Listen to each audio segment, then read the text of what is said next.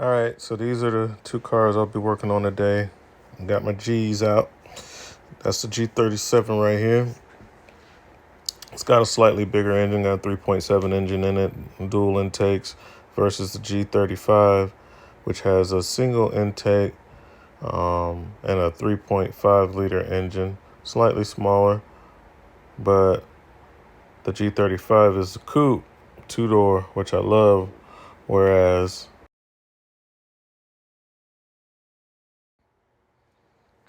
all right, so I hit the wrong button while recording this, and it's kind of like going in slow-mo, but what's going on is I got to start by getting the radiator hoses off, so I went and grabbed my high leverage snap-on pliers. They grip really good. I'm using them on the hose clamps so I can maintain a good grip on those. Everybody knows they're a pain. So I'm going in with the high leverage pliers, grabbing the spring clamps and sliding it down the hose, getting it out of the way so that I can come back with my Pittsburgh hose pliers and take the hose off. Before I do that, I'm going to end up using my pinch off pliers, coming in now with those, and I'm using the Blue Point pinch off pliers to pinch off the upper radiator hose so that so much fluid won't come out. A little bit's going to come out, but not much. You shouldn't even really have to add if you pinch it off kind of close, but some's going to come out of the radiator anyway. So now I got the hose pliers, and the hose pliers I'm twisting and getting that hose off of the radiator, and I'm pulling that off. I'll put that to the side, and then I'll pinch off the overflow tank hose, remove the screw for that, go ahead and pull it all the way out of the way so that I can have a little more room to take out the radiator fan.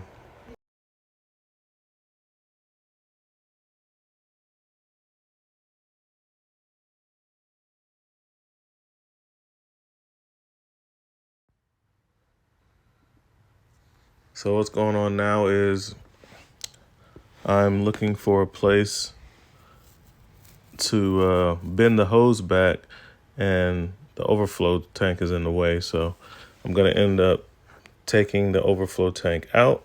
The screw wasn't even in there very tight at all, so just twist it out with my hand. I'll throw it in the parts tray, pull out the overflow tank, which I've already previously pinched off, and then I'll go ahead and bind the pinch off pliers against the front end of the vehicle underneath that ABS type plastic to get it out of the way. That way the hose is totally out of the way. It's going to make it a lot easier to get that fan out. Now the fan's going to come out. You're going to have to wiggle it a bit. There's only two 10 millimeter bolts, or you can use a Phillips tip screwdriver that's going to be holding that on.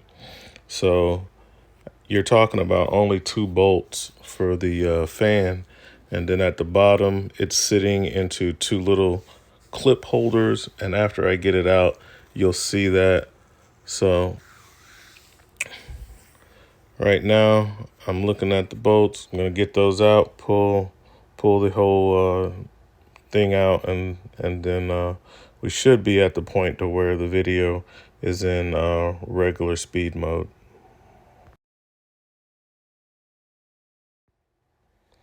I gotta go run and get my ratchet. 1/4 inch snap-on long neck is what I'm gonna be using. There it is. And I keep the mag boots on there. It makes it easier to stick to stuff. That's what I really love about their 14-4 stuff. So getting the right socket, it's gonna be a 10 millimeter. Throw that on the power ratchet, and then buzz off the two bolts that hold in the top portion of the radiator. Get those out, and then I'll pull the radiator right on out.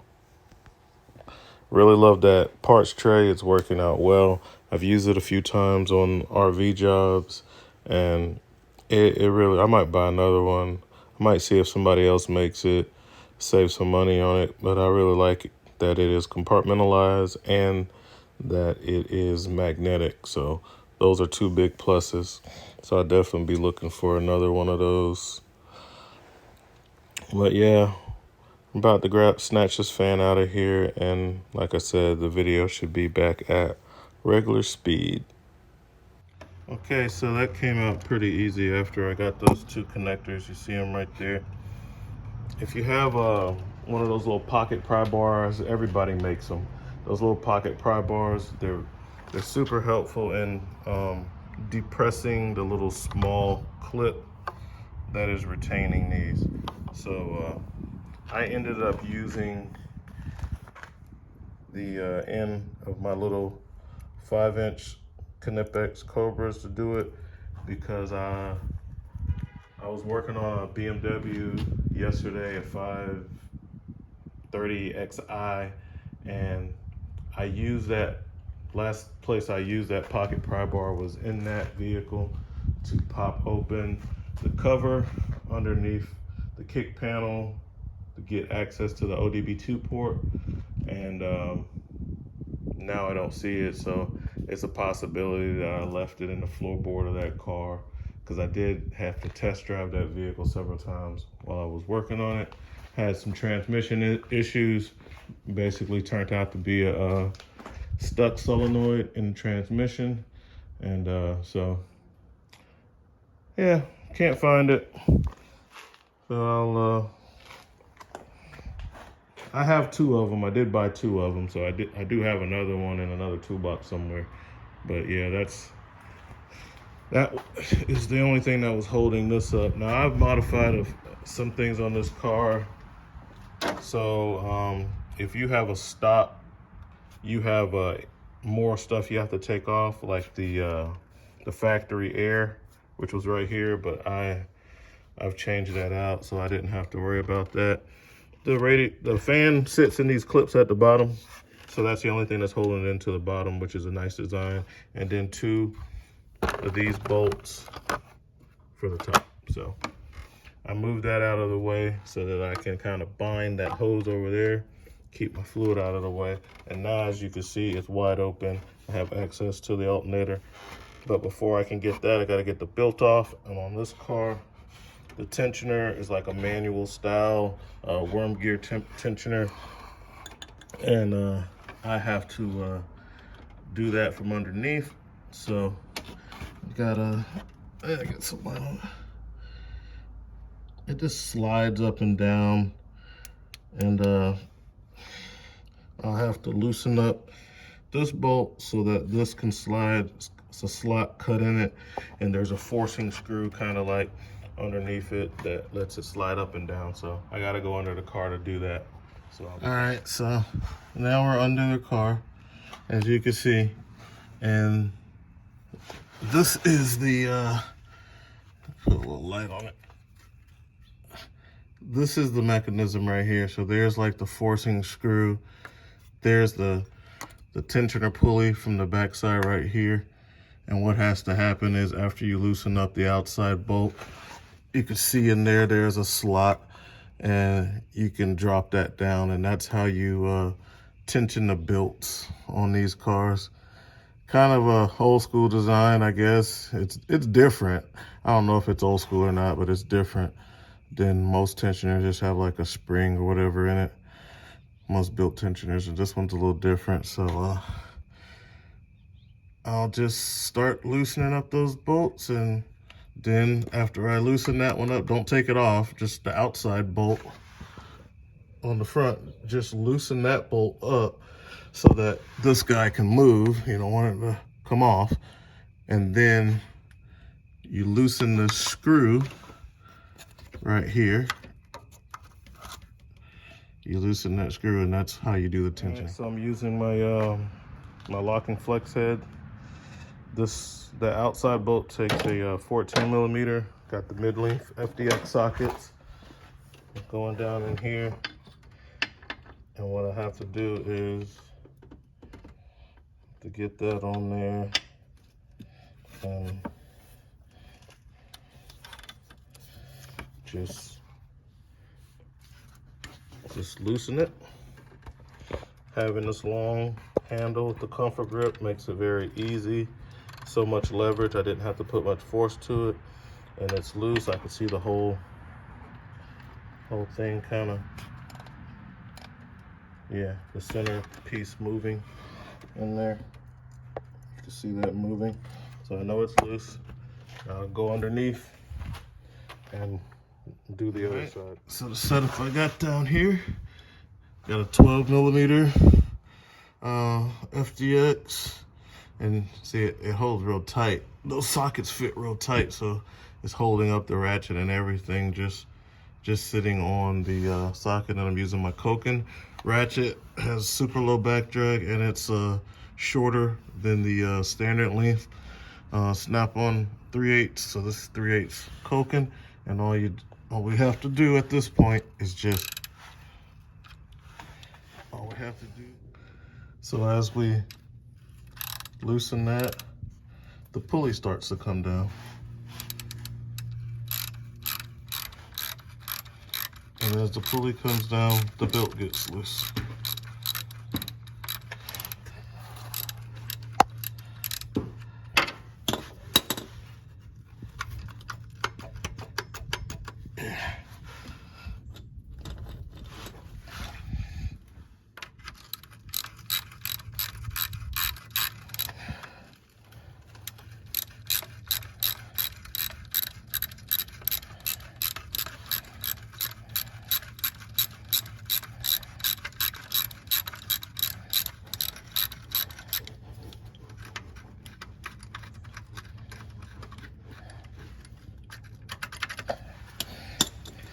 So the belt's super slack now. I can, you can see the belt slack. So now I can get it off the alternator. All right, so that first tensioner over there, that's for the air conditioner belt. The alternator one is over here. Same concept. Loosen this, which I have, and then you have the little bolt right. Let's see if I can get you up in there. Right there, the little screw bolt to take the tension off. And you can see where we're at. The tensioner for the alternator belt is right beside the alternator. Forgot that this has two separate belts. It has a separate AC belt, which you have to take this belt off. The main drive belt has to come off before you can change the AC belt. So I recommend changing both belts if you got to do that. All right, so before I go any further on this alternator swap out, I'm gonna take the negative battery cable off. I've taken the belt off, it's loose. Very easy to do that. Now I'm gonna take the negative battery terminal off before I start messing with the electrical wires. All right, I've positioned a couple of lights so that I can see behind this. Let's see where my camera's at. There. All right, right there. So I can see up in there.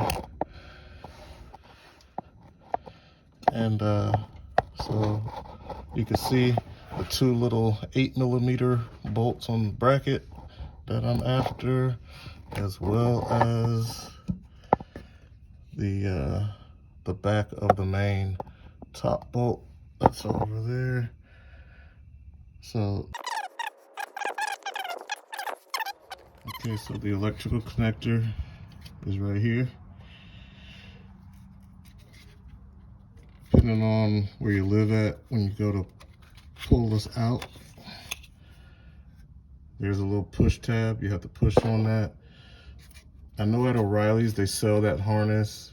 The guy at the parts store, he kind of works on cars on the side, and he's like they always crumble up on him. So trying to get at the alternator bolt. It's right there. Let me see if I can help get a better little view of that. There's the top alternator bolt. It's a 14mm. I put the mid length on there. It was a little bit underneath the pulley, so I went and pulled out the deep.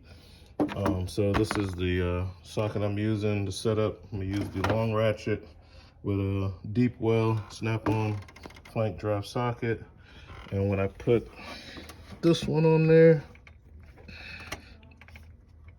as you can see, it's enough length to bypass the pulley, so I get my ratchet on there without having to use an extension.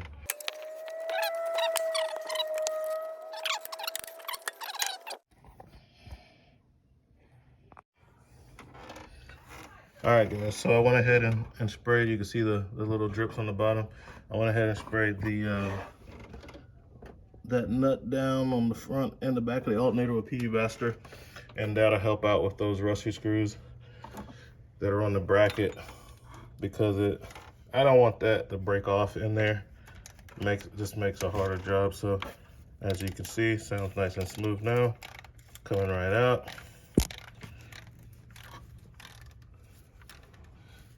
They must put a lot of lube in these ratchets. I can hardly even hear the clicks as I'm using that. Now I'll switch over to power ratchet. Pull out my Milwaukee over here, and that was a what was that, a 14 millimeter. So I get my 14, put it on the Milwaukee, got it in reverse.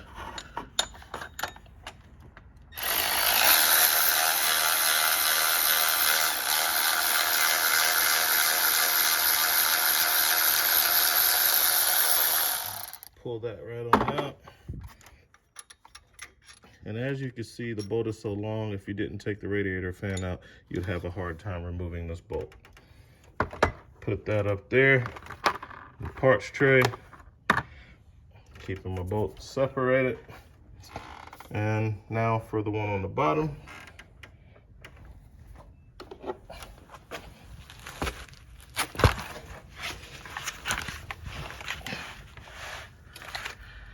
I'm probably going to have to use an extension to get that one.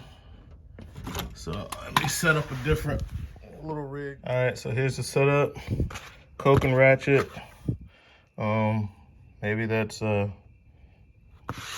3-inch Milwaukee extension. Mid-length snap-on socket.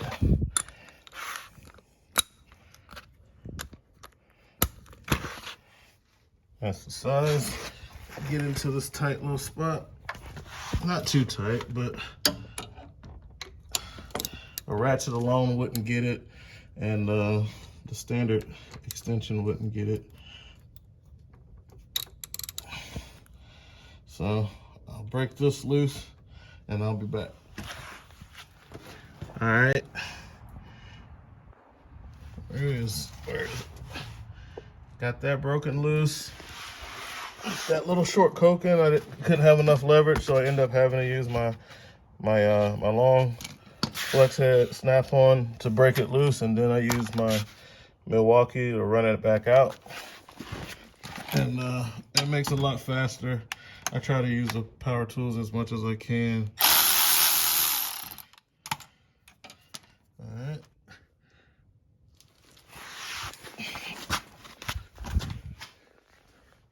Just throw that up top with the other alternator bolt. Now I got to work on the 8mm bolts on the back, and I got to use wrenches for that. So I'm going to attempt to use this 8mm flex head wrench first, if the head's not too big. If the head's too big, then I'm gonna have to go to a standard wrench size. So let me get under there and see, and I'll let you know. That's working out great. That flex head.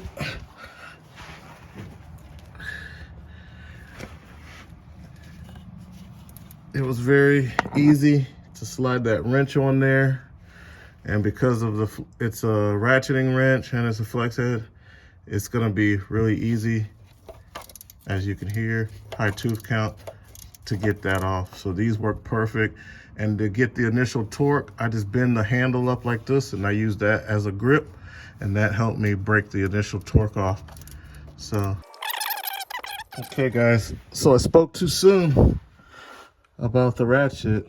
After I moved the oil cooler hose, which now I see some oil leaking, so I'm gonna have to investigate that, see what's up with that. But when I moved the oil cooler hose out of the way, I had room for the ratchet because the wrench would not get it after the screw got loose. There wasn't enough back pressure for the wrench to get it off. So as you can see, you kind of need like a power tool that doesn't care about any back drag, and as you can see, takes the screws right out. And I see some major oil leakage. I have to check that out, see where that's coming from when I move those hoses around. So, oh, I sprayed all this down with PB Blaster, so that's PB Blaster. Okay. Okay. Now after those bolts come out, you can lift up and pull down, and the alternator just come out free. And that's the point where I disconnect the electrical connection back here off of there, because it's kind of buried in there, and I didn't really see a way to get it before that. I'm gonna move this wiring harness out of the way. I also just unplugged this I guess oil pressure sensor, because there's pressure being put on that because of the alternator. So I'm gonna get my flush cuts and snip that zip tie and get that out of the way so I can twist this alternator some more. And when I twist that alternator some more, I'll be able to have clear access to that bolt right there. Okay, so let me do that and I'll be back. All right, so example of be nice to have a ratcheting wrench, but there's not really enough room for it. It's a tight spot. I'm using 13mm wrench, and I just have to put it on there, get the box end seated. This one's offset, and after I get it loose, I could probably kind of undo it with my hand. So that's what I'm working with there. Possibly you could get a little ratchet and put a socket on there, but I'm using a wrench and just slowly work it off. All right, if you don't want to use a wrench, I did. After I got that broken loose pretty good, I switched over and used my long neck 1/4 inch ratchet with a stubby 13mm, and got the bolt the rest of the way because the stud was kind of long. There's a bolt in there. Then I used a pick. I used that Husky pick to pry off the wire connector that was on that stud with the yellow paint. Now people say if you want to take this thing off from the bottom, you have to remove this sway bar. You don't have to do that. It will come right through this hole. If you remove, like you should have, the radiator fan, that gives you all the room you need, and that's gonna drop right down. That's gonna drop right down. Let me grab it. That's gonna fit. Let's see if I'm in a shot. You're not gonna have to remove this sway bar. See, this is gonna clear. As you can see, comes right out. Okay, you don't have to take this off. That's just a waste of time. It comes right out from the bottom. And now you can see all the space that we had up in there. Never had to take that off. Okay, I did take this loose, and I'll replace that zip tie because I didn't want to damage my wire. But yeah, alternator's out. All you gotta do is go get you a new one, put it back in the reverse way, and that's it, guys. Just pull this. That pick was very helpful in getting that connector off of there. You do want to inspect that connector Once you get it off, there it is right there. Let's see if I can get a good shot of it. If I can move this thing. So that is the connector. Get my hand out of the way. This guy right here. Maybe you can see it better right there. It's this guy right here. And it looks fine. It's like they just spliced. It's like they just spliced into it and put that in the middle and kept running the wire up the rest of the way. But yeah, hopefully you can see that. I can't see the back of the phone while I'm doing this.